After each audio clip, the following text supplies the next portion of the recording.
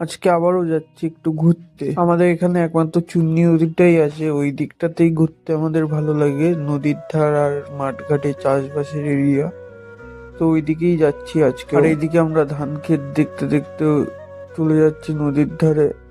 তো এই ঘাটটায় আমি প্রথম গেলাম আজকে, ভাই নিয়ে গেল।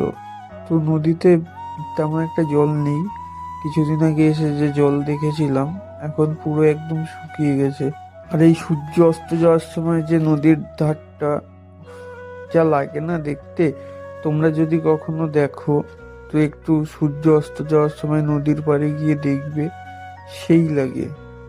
দেন ওখান থেকে বেরিয়ে গেলাম, বেরিয়ে যাচ্ছি আমরা আরেকখানা নদীর ঘাটে। অঞ্জনা নদী বলে একটা নদী আছে, কৃষ্ণনগর থেকে ওটা এসছে। তো ওই নদীর ঘাটে একটা চায়ের দোকান আছে, ওইদিকেই যাচ্ছি আমি আর ভাই। আর এই গ্রামের সাইডের ফাঁকা সরু রাস্তাগুলো মাঠের মাঝখান দিয়ে, আর এইদিকে বিভিন্ন রকম চাষবাস যেগুলো উপভোগ করতে করতে আমরা যাচ্ছিলাম। যেতে যেতে দেখলাম যে পদ্ম চাষ, মানে এটা জল পদ্ম হয়তো, আমি ঠিক চিনি না, কিন্তু এটা পদ্ম চাষ হচ্ছে। তো এখানে আমি প্রথম দেখলাম যে এরকম ভাবে পদ্ম চাষ হয়।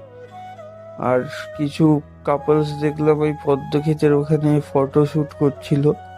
আর সূর্য অস্ত যাওয়ার সময় এই মাঠের এরিয়াটা খুবই ভালো লাগছিল। দিন আবারও গ্রামটা ছেড়ে রোডে উঠে গেলাম নেক্সট জায়গায় যাওয়ার দিন। ওখান থেকে আমরা এসেছিলাম হচ্ছে আমাদের আরামঘাটা ব্রিজে। তো ব্রিজে এসে কিছুক্ষণ টাইম স্পেন্ড করে আবার এখান থেকেও অন্য জায়গায় চলে যাব। ব্রিজটায় আসলাম, ব্রিজটা ফাঁকাই ছিল আজকে।